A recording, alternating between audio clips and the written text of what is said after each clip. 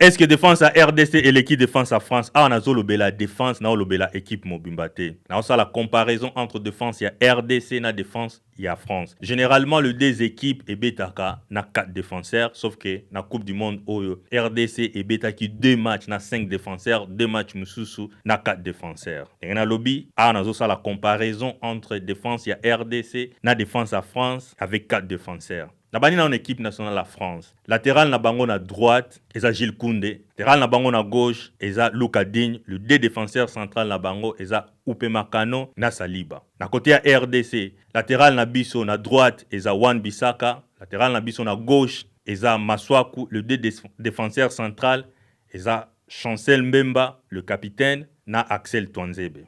Ndenge na lobi comparaison ezali poste par poste. Tobandi na D. Awa ezali Gilles Koundé na Wan-Bissaka. Gilles Kounda betanga na Barcelone. Mais nalobaka loko oyo. Ce qui Gilles Kounda betanga na Barcelone, c'est que Issama Mpekope aoki ko beta na Barcelone. Parce que naebi point fort ya Gilles Koundé comme latéral na droite. Est-ce que ça makasi na komata? Est-ce que ça makasi na ko défendre? Est-ce que ça makasi na dribble? Na ko sala centre na passe? Na yebite. Je pense makasi na e ekozala positionnement. Si on a bien comparé na Wan-Bissaka, bien sûr que no Wan-Bissaka kokende liboso aza penza makasi te, mais il est mieux que Gilles Koundé parce que Wan-Bissaka a driblaka asala ba centre bien, mais soki toke siko na côté ya ko défendre wana naza sunelo wa koloba te parce que 1 contre 1 na mokili, il y a pas meilleur que Wan-Bissaka. Côté oya numéro 2 na pesi yango na RDC.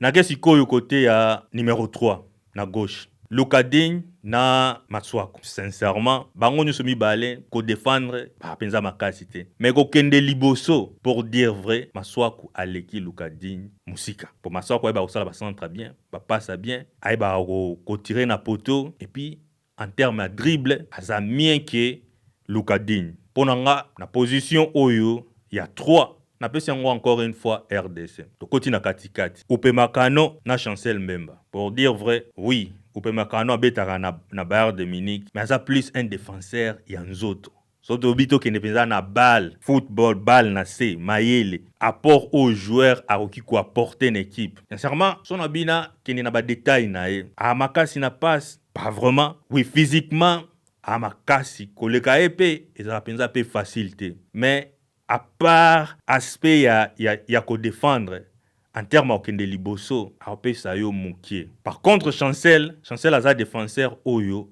aza d'abord na flexibilité au beta ba position ebele. Na défense on a mobimba, ligne on a défense mobimba. Akonyatango pe anyatango na ba position ebele. Chancel a beta déjà.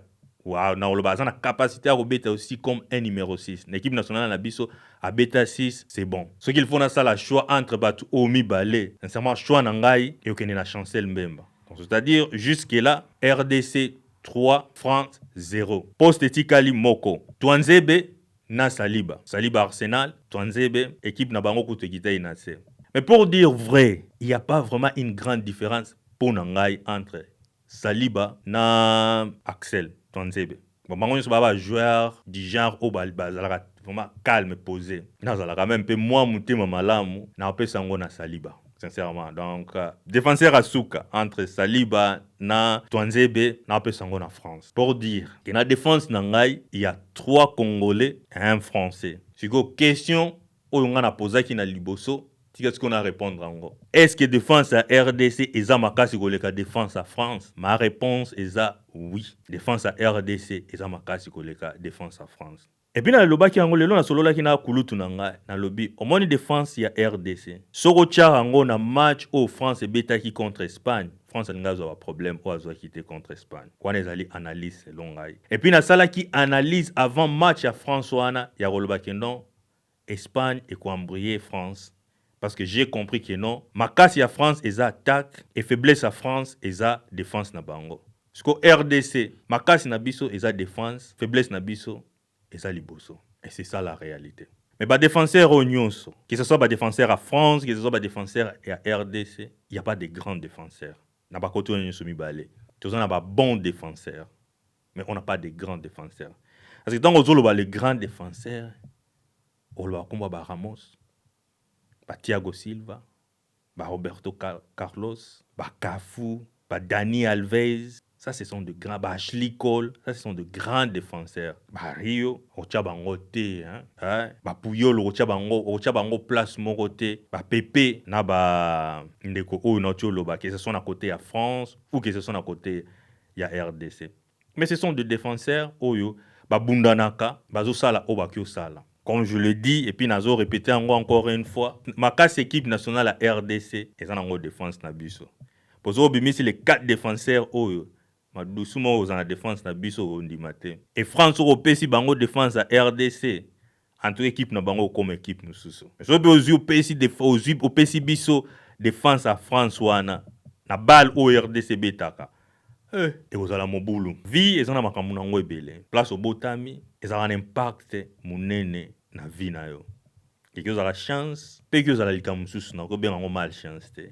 Pour me tenir de chancel sur la botama en France. Oli na France, abeti bal nenga obeta, anga mi retrouver na niveau musus. Et me tenir de tamsusu loka digne. Abotami na Congo, na bala zobeta. Nga anga za la chance te avoir obeta ti le loba signé na PSG to beta équipe nationale de France. Vie za na makamunango, vie za ndenge zara. Pour me tenir ti upe makano na balo abeta na défense ndenga betaka. C'est que non abotama na Goma na limite ke nga zala na place wa zobeta na tiba Bayern. Na limité pe mutute parce que na nzambete parce que na ba joueur musupe ba autant en Afrique. Autant ma place moro ba beta na ba équipe minene. Mais la réalité ya makambozani ni place au botami et en ango na ba avantage nango ebele pour le lozo ba tuneti ba madweke pour dire vrai ça ils a point de vue nangai madweke aleki simpenga na balte mais simpenga obeta na deuxième division madweke abetaka na Arsenal abeti na Chelsea abeti na Arsenal abeti na équipe nationale à Angleterre vie ezana makambo nango. Donc place de jeu botami ils ont un avantage nango. Pour Claude ndenge abotama ki na Congo aye okola na France. So ezali ki no akola ki na Congo en limite ki no alngaza un impact ou azana nango. Vie za na makambo nango. Peut-être pe alngaza un impact munene koleka na mais l'équipe nationale RDC ngeza mobulu.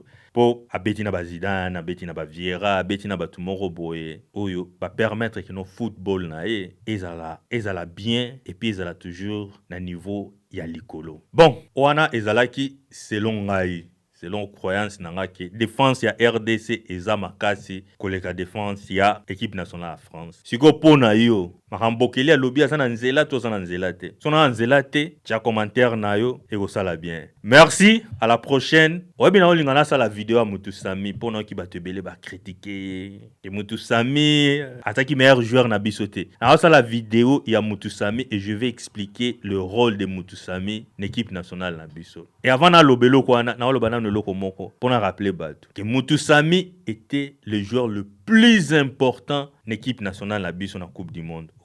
Je le répète encore une fois. Nabato bazo critiquer Mutu Sami gauche droite. Mutu Sami était le joueur le plus important de l'équipe Nabiso. Na le que non, il était le meilleur joueur parce qu'il y a une différence entre être un meilleur joueur et être un joueur important. Na ofungolango na émission Mususu. Merci, à la prochaine. See you guys. Bye.